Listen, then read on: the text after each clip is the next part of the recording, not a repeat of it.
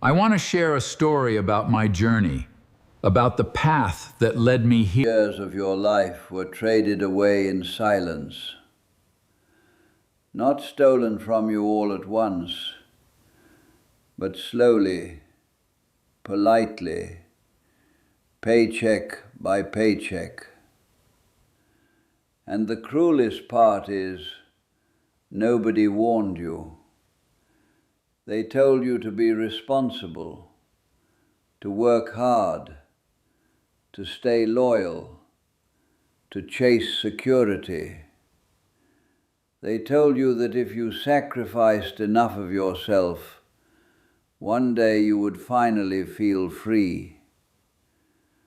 But I'm 88 years old now, and I need you to hear this before life takes your hearing away from things that matter. Freedom never came. Not for most people I knew. I spent over 50 years waking up before the sun, dragging my tired body into buildings that never cared whether I lived or died, selling hours of my life for money that disappeared faster than I earned it. And every year, I kept telling myself the same lie, just a little longer. That's how the trap works. It doesn't chain you with iron, it chains you with comfort, with routine, with fear. When I was young, I thought middle-class life meant success. A decent salary, a clean shirt, a small house with trimmed grass, maybe a car sitting outside that took 7 years to pay off. I thought that meant I had made it. But deep down, even in my 20s, something inside me felt wrong.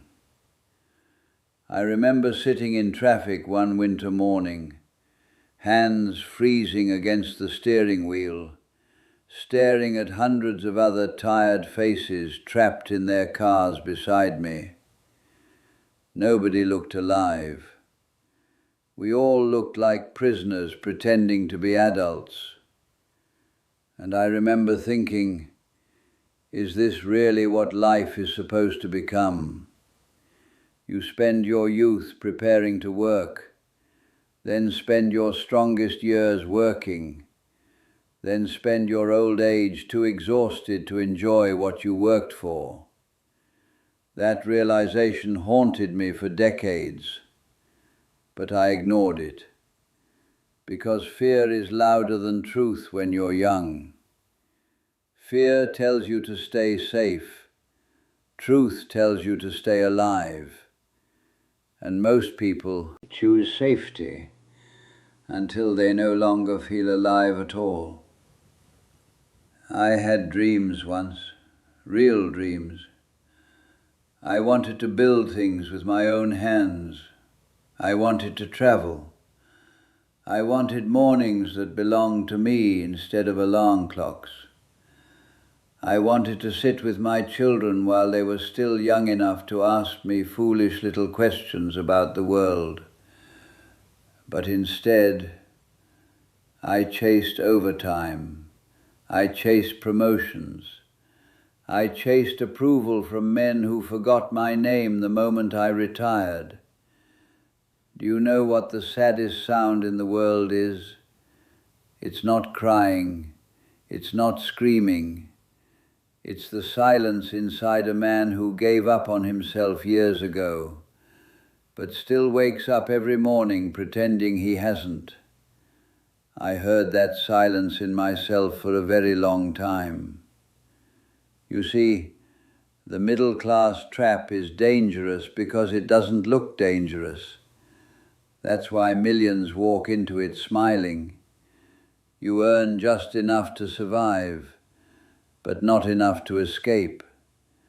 Just enough comfort to stop taking risks, but enough pressure to keep you afraid. And before you realize what happened, Your entire identity becomes attached to surviving. You stop asking what you truly want. You start asking what you can afford. That is one of the greatest tragedies of modern life. I watched brilliant people slowly shrink themselves to fit inside routines they hated. Men who once had fire in their eyes became tired shadows, carrying lunchboxes into offices every morning. Women who once wanted to create beautiful things spent decades drowning in stress just to maintain appearances, and society called them successful. I call them heartbroken, not because they were weak, but because nobody taught them another way. Nobody teaches you how expensive comfort can become. The salary feels safe until you realize it owns your time. The house feels impressive until you realize it chained you to payments. The career feels respectable until you realize you traded your health to keep it. I remember the exact moment something inside me broke. I was 47 years old, sitting at my desk late at night after everyone else had gone home. The office lights buzzed softly above me like insects. My back hurt, my chest felt heavy, and sitting beside my paperwork was a small drawing my daughter had made for me. She was only 8 years old then. In crooked handwriting she wrote, "Dad, I miss you." That little sentence destroyed me more than any insult ever could, because she was right. I was physically alive, but absent from my own life. I had convinced myself I was sacrificing for my family, but slowly I realized something painful. Children do not remember the bills you paid. They remember whether you were there. And once time passes, no amount of money can buy those moments back. That is the cruel contract nobody explains when you sell your time for survival. You think you can reclaim life later. Later is the biggest lie ever sold to ordinary people. Later, when the mortgage is paid. Later, when the kids grow older. Later, when you get promoted. Later, when things calm down. But life never calms down. It just keeps moving, while your body quietly grows older beneath your excuses. One day you look in the mirror and realize your hair disappeared while you were answering emails. Your knees weakened while you sat in meetings. Your parents aged while you were too busy. Your children became strangers while you were providing. And the worst part, most people only realize this when it's too late to change it. That's why I'm speaking to you now. Not because I hate work. Work can be honorable. Building something meaningful can give a soul purpose. But there is a difference between building a life and renting yourself out piece by piece until nothing remains inside you except exhaustion. A man should own his time as much as possible, because your time is not just hours. It is your existence itself. Every hour you give away carelessly is a piece of your life you will never touch again. I wish someone had shaken me when I was young and asked me a simple question. What are you becoming while chasing what you want? Because success can quietly turn you into someone you no longer recognize. I became impatient, distracted, emotionally absent. I learned how to make money, but forgot how to feel peace. And when my wife died, I realized something that nearly crushed me. I would have traded every dollar I ever earned just for one more ordinary evening sitting beside her in silence, one more cup of tea, one more slow walk, one more moment where neither of us had anywhere important to be. But time does not negotiate with regret. Once it leaves your hands, it belongs to memory. That's why old men become quiet. It's not because we have nothing to say.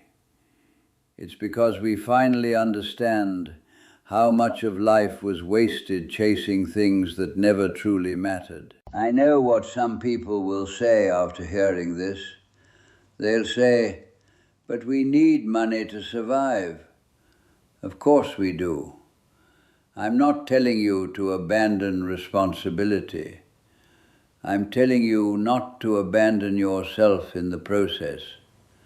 There's a difference. The world will always demand more from you. More work, more productivity, more sacrifice. But you must decide where the line is before life decides for you. Because if you do not protect your own soul, nobody else will. I spent decades believing rest had to be earned. Now I understand rest is part of being human. I spent decades believing my value depended on productivity. Now I understand a human life has value even in stillness. I spent decades postponing joy, and that may be my greatest regret of all. You don't need millions to escape the trap. Sometimes escape begins the moment you stop worshipping things that imprison you. The moment you need less, fear loses its grip on you. That's what nobody tells young people. The system survives by convincing you that you are always one purchase away from happiness, one promotion away from peace, one salary increase away from freedom. But freedom does not come from earning more while needing more.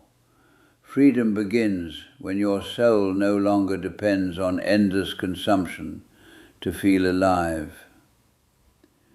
Some of the happiest moments of my life came very late, and they were painfully simple. Sitting outside at sunrise with nowhere to rush, hearing birds instead of alarms, laughing with people I loved without checking the time, holding my grandson's tiny hand while walking slowly through a park. Moments like that feel small when you're young. But when you're old, you realize those moments were life itself. Not the promotions, not the status, not the endless race to appear successful in front of strangers, equally lost and exhausted. You know, near the end of life, people rarely regret failing to work more hours. They regret missing life while trying to build it. That truth follows me every day now. At 88 years old, I no longer care about impressing anyone. I care about honesty. And honestly, most people are not living. They are surviving in expensive cages, beautiful cages, comfortable cages, socially accepted cages, but cages all the same. And the frightening thing is, people decorate their prisons so well they stop trying to escape. If you are still young enough to change direction, please listen carefully to me. Do not wait until your body weakens to start protecting your peace. Do not wait until someone dies to understand the value of presence. Do not spend your entire existence preparing to live someday. Someday is a dangerous word. I buried too many friends who believed they still had time. Now when I sit alone at night, I sometimes think about the younger version of myself. That ambitious young man who thought exhaustion was proof of worthiness. I don't hate him. He was trying to survive. But I wish I could place my hand on his shoulder and whisper, "You are allowed to live before you die." Maybe that's all I'm really trying to tell you tonight. Not to become lazy, not to reject responsibility, but to stop selling your entire soul just to maintain a life that leaves you empty inside. Because one day, sooner than you think, the noise will fade, the career will end, the house will belong to someone else, and all that will remain are the moments you actually lived, or the moments you were too busy to notice.